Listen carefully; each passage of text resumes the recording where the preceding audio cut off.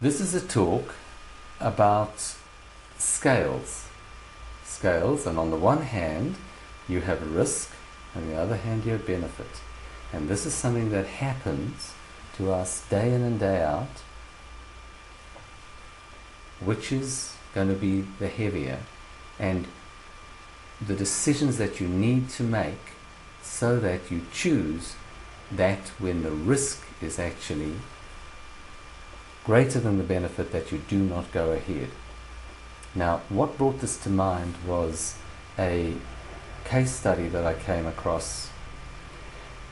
It was to do with a condition where a 74-year-old lady had a prolapsed disc in her neck, and she had a procedure called a cervical transforaminal cortisone injection. Everything was done seemingly according to the book, and when the procedure was finished, she said yes, her arm felt a lot more comfortable.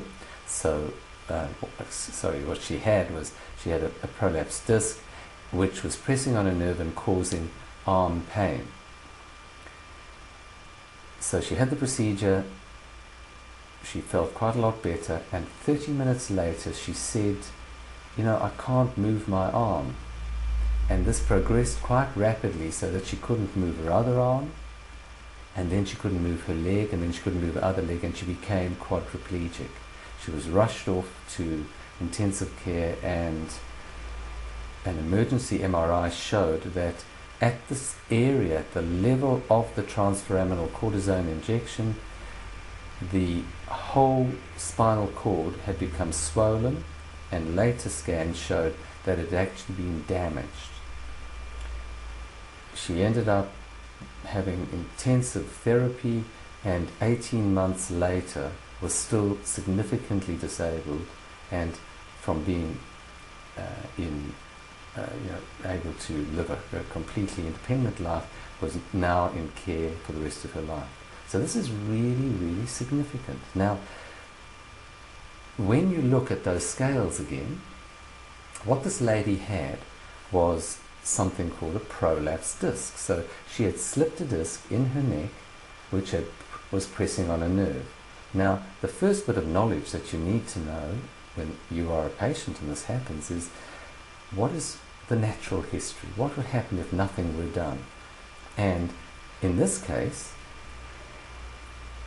about 70 to 80% of people recover completely from a slipped disc in the neck, prolapsed disc in the neck, and this occurs over between 3 to 5, 6 months. So this condition in the vast majority of people gets better, and it can be difficult, but it can be controlled by just taking medication. The procedure that was done is done in the tens of thousands, and what actually happened, the complication that was described was very rare, but what actually happened is that the needle was sitting in a blood vessel, and that blood vessel was supplying the spinal cord.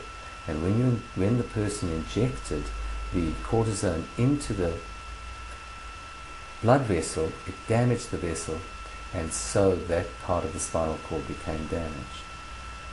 This is one in sort of 20, 30,000 people.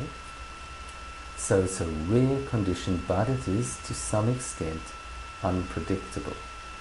And okay, so this is a condition that, and I'll just make one other very important point. Transforaminal cortisone injections are done elsewhere in the spine, in the thoracic spine, and much more commonly in the lumbar spine, where this particular problem hardly ever occurs or doesn't occur at all. So it's a particular problem with this procedure up in the neck. Now, okay, this is a procedure that's done maybe 10,000 around the world every year. If we were to broaden it out and look at other things that are done to people, and somebody has a sore neck, and so what you do is you go down and you see your local chiropractor, or you go and see your local osteopath or physiotherapist. And one of the choices of treatment is to have a manipulation of your neck, or, as they would say, an adjustment of your neck. And the myth is that your neck was out or out of alignment, and by doing the manipulation, the practitioner is putting it back in or back into alignment. This is a myth because that isn't actually what happens. However, again, once in maybe 80 to 100,000 cases of people who have a manipulation in their neck, a cervical spine manipulation, that person may end up with a stroke, and even more rarely may die. And the reason for this is that there's a blood vessel called the vertebrobasilar artery, and it runs up through a tiny little canal in your neck, and as it comes right to the top of your neck, it does a little right angle bend, and it turns back again and goes up into your brain. So if there's a rapid rotatory movement in your neck, this may damage one of those blood vessels, and so you may end up with a stroke, or you may end up even more rarely dying. And what is surprising is that the commonest age group for this to occur are women in their 20s and 30s. It's surprising because they should have nice mobile blood vessels, but this is what has been found. The next commonest is women over the age of 70. So this is really important because, again, when you look at the natural history of sore necks, is the vast majority get better on their own.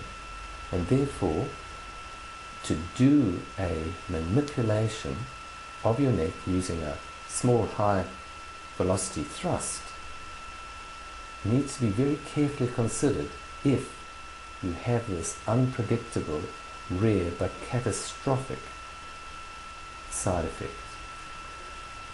Now, if you broaden it out even further and take blood pressure, so high blood pressure, here's something that, how many people go into a doctor's surgery and they put their arm out, have their blood pressure taken, and the doctor says, oh, your blood pressure is a bit high. I think you should go on to these tablets, this medication. Now, the problem with medication is that on the one hand it gives, but on the other hand it takes. And so there are quite a number of side effects, and some of the side effects of medication for blood pressure are subtle, but they impinge on your quality of life. So you may feel slightly dizzy when you stand up, and again, the odd older person may fall over and break a hip, change their life. You may feel slightly nauseated. If as a man, you may lose get some erectile dysfunction, and that then has a flow-on effect and may affect your relationship with your partner, may affect your self-esteem. Often you feel tired. So these are all, relatively big deal, but then every now and again somebody has a terrible allergic reaction, or may suddenly have unexpected major organ problems, kidney or liver, from the different types of medications. These are rare, but they are there and they are well documented. So again, what you do if you're looking at that scale is that you then say, well, okay, what is the benefit of treating high blood pressure? And I asked this of my family, and I asked this question, how many people, because the major reason to treat high blood pressure is to prevent strokes. So the big question is, how many people would you need to treat with blood pressure tablets to prevent one stroke? And the answer is really surprising. Most people say, well, I don't know, maybe 30, no, maybe 50, maybe 80. Well, in fact, the answer is 500. So, out of every 500 people that are given those tablets, 499 are not going to gain any benefit from it. It's only the one. The trouble is you don't know which one it's going to be. That's the difficulty. So again, you need to put this in. Why, if you've got only one chance in 500 of this tablet helping you to prevent a stroke, do you put up with all these nasty side effects? Now, the point of what I'm saying here is that in our lives, always, we are faced with this risk-benefit ratio. And as a really good example is it next time you cross the road. Now, when you cross the road, you want to go from one side to the other. The problem is that, of course, you may be struck by a motor car and you may be badly injured or you may die. So that's a side effect of crossing the road. If you decide, I want to cross the road, you close your eyes and you step and you walk straight across the road, well, then something is going to happen. You may be lucky and get to the other side, or you may, in fact, have one of these horrible side effects and knocked over and be killed. In the same way, what you could do is look to the left and the right, keep your eyes open, walk across, and it turns out to be relatively safe. When you go and see a health practitioner, you need to have the same attitude. So you go there with your eyes open. When the health practitioner says to you, you have this condition, and I suggest that we do this, what you need to then do is use the same, look at those scales and say to the practitioner, excuse me, what is the natural history of my condition if I don't get it treated? How dangerous is it? Am I going to get better on my own? The options that the option that you've offered me, is that the only option? Are there other options?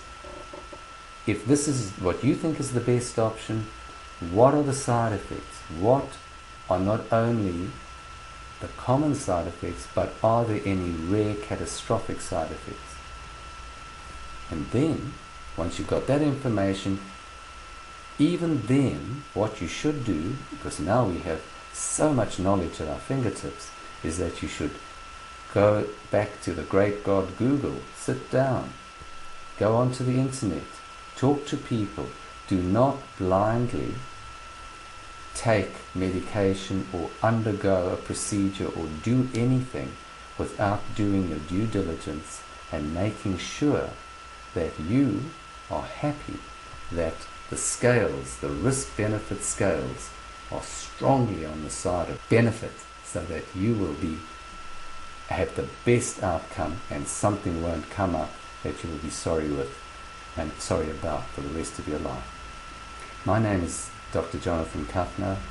I'm a musculoskeletal and pain specialist, and I wish you all well. Thank you. And you can find more of this sort of information that would help you with quality of life and control of pain on lifeafterpain.com.